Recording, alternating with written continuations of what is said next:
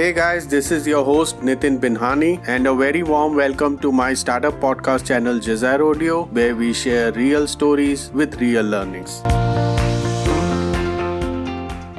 My guest in today's podcast is Shweta Rao. Shweta is a prolific angel investor associated with White Ventures Singapore. She is also a member of XA Network. Your story rated Shweta as amongst the top 10 angel investors in 2020, and Shweta carries a diversified portfolio of over 30 plus startups, wherein some of the notable investments are like Khatabot, Cred, Neobank, and others. And in this podcast, Shweta will be sharing great insights from the perspective of a prolific angel investor. So, let's welcome today's special guest. Hi Shweta, welcome to Jazair Audio and thank you for talking to us. Thanks, Nitin. Thanks for having me here. So, it's often said when you're raising pre-seed or seed round, an angel investor is a better option than an early stage VC. Why is that so? So I do believe that at seed stage, angels play a big role. And because at the seed stage, you just don't need money, but you need a lot more than, somebody who can guide you through that startup journey, somebody who can open up their network, who can open up that connection, who can actually talk to you.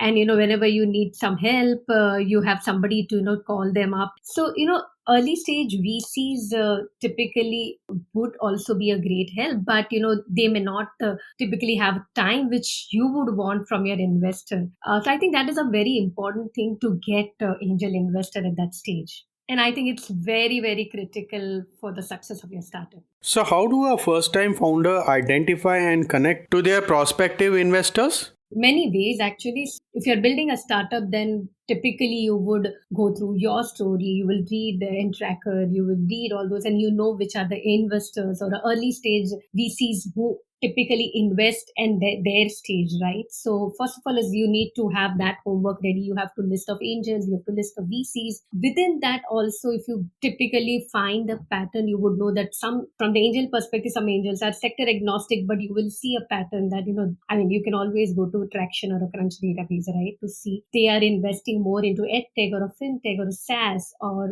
early stage VC. Typically are more structured, so you typically know their thesis and what they are investing. So one is first you go through that, create your list. I think best way to approach anyone is to referral. Find out if you know somebody who knows them and go through referral. I think that's the fastest way. LinkedIn works, email works, and I've seen founders reaching to me in a different platform in different way. It could be Twitter. I think the Twitter is still not exploited enough to reach out to VC, but I have always responded to somebody who writes me on Twitter, because LinkedIn, I get so many more messages, right? I might get 1,000 messages on LinkedIn, whereas Twitter is still 3-4. So, I tend to see it. So it could be that. So just be creative, but do your homework. I think that's important. And getting a lead investor is really hard. What is the strategy that founders can adopt to get a lead investor ASAP? So I feel, founders should do their homework. They should make it really fast and strategize it. You should approach someone like investor who are in the similar sector or who understands what you're trying to do. And if you do your homework, you would know that, let's say if you're doing an edtech startup, then you know that Gaurav Munjal is investing in a lot of edtech. So maybe you want to actually approach Gaurav Munjal. Or if you're doing a fintech, GTN is investing so much into a fintech. So, you might want to talk to them. So, you need to plan in such a way to approach that, first you go and talk to someone who has experience in that particular sector and who's been investing. I think that's the best way to approach your quick lead investor from the angel side especially. So how do you assess and shortlist an early stage startup for investment? Simple answer is founder at that stage. But when I say founder, meaning it's very broad, right? So it's basically what problem they're solving, right? And is there really a problem which needs to be solved? So once you are convinced that yes, this problem needs to be solved, and then when you talk to a founder, you want to understand how this startup is personally aligned to their personal goal. And I give a lot of importance to that, because startup journey is pretty long journey. It could be very lonely journey. So, you'll see a lot of good days and bad days. To go through all, you should be personally invested. There should be something which is motivating you or driving you for the problem which you are solving for. So I try and, figure that out in my conversation, that why a founder wants to do a startup. And once I think I'm convinced with that, and then obviously there are other things which obviously would come, is that whether they have product market fit as yet. If not, if the problem gets solved, is there really a big TAM for it? And then is there a monetization opportunity for the startup? I think these are the things which go in my head when I shortlist a startup, especially the early stage ones. What would be your advice to those bootstrap founders that suffer from a high burn rate?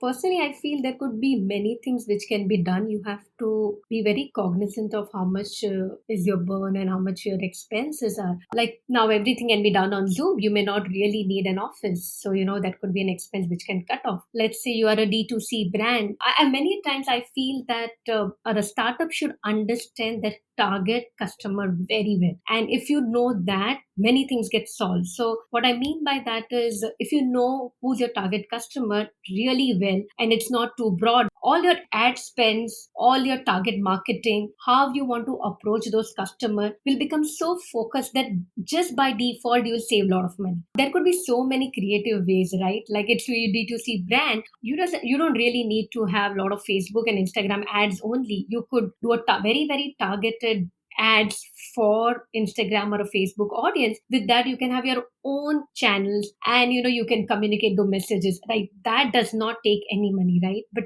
you need to learn those things. And so I think bootstrap founders should look at all those things where they can save money. Many times I feel that there is always a scope where you can save money. So I think that's what they should be doing it. I like people who bootstrap for a bit, because that also indicates their passion, their belief in what they're doing. So it really is a positive thing. Could you recall any elevator pitch that really wowed you and, as a result, you invested in them? So one elevator pitch which comes to my mind is Zemio. So I was in this fintech pitch session which was organized by PwC, and there were like 7 minutes given to each founder or a startup to pitch. And what worked for me in Zemio, and which actually led into investment into Zemio, was when founder came in, it was very clearly he defined what is his offering. So Zemio is a HR tech, fintech kind of a product. And so apart from being a payroll, they also offer a lot of these financial products. And that's what the pitch was about, and how they are going to launch new financial products which can be used by these people who are already using this app for payroll purposes and other HR tech purposes. So why it works is, he also mentioned, which was very important for me, is that he said that people don't have to remember me, and I'll get discovered every day by them, because every day when they come into the office, they are going to tap through my app. And so whatever financial product I want to show it to them or sell them, they will be able to see it every day. Now that is a very, very important thing to, for any product offering, that how you can become discoverable and how smoothly it whole process is.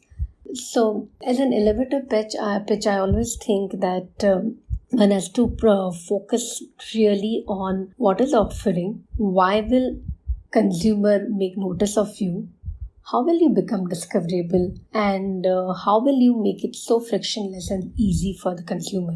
And if you can manage to communicate and articulate these things very clearly, it will lead to the next round of conversation. So yeah, focus on those things.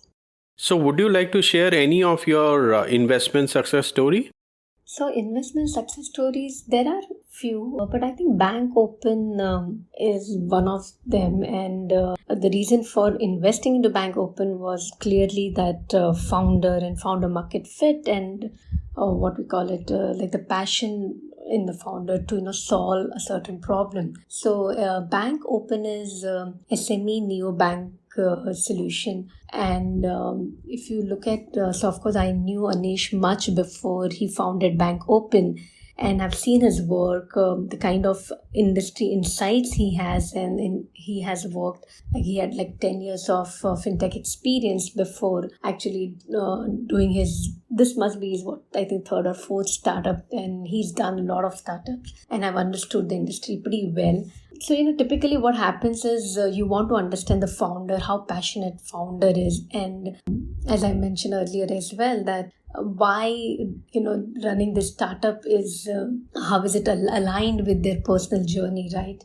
So that's how you decide on early stage investments. And Bank Open, when Anish spoke to us about Bank Open and the whole idea, the kind of insights which he had about the SME neobanks and what's current bank offering and how SME is really neglected. That insight was very, very useful, right? Because if you are a retail consumer of a bank, and most of the bank had some good, in 2017, 2016, it had a good retail banking apps and all the features were available. So you would know really that, if you have not a SME, that what all things you need, what features you need, and which is not available or offered by bank. So the insight which founder had played a very important role. So of course, the first thing, obviously, how the founder is, the passionate he is, and what kind of insight the founder has. And that whole things come together when you're doing an investment. So yeah, that's what led to investment into Bank Open. Finally, do you also take a lead investor position? Yeah, one is the multiple things, right? Because I have my own network. So when I'm investing, there could be many more people I can bring it on. And also, I'm part of the scouts, and I know some. So, I can create that pool, which typically early stage startup would require. So I lead many a times. And I also run syndicates. So, if anything is needed. So, yeah. So with this, we have reached at the end of this podcast. Shweta, it was a pleasure to have you on Desire Audio, and thank you so much for sharing great insights with us. Thanks, Nitin. It was wonderful talking to you. Hey guys, I'm extremely thrilled to share that Desire Audio is now the official AWS Activate provider. It essentially means that your startup can now qualify up to $1,000 worth of free AWS cloud credits, as well as 1 year of free business support. So to know more about the qualifying criteria, please visit the URL bit.ly/JASAWS.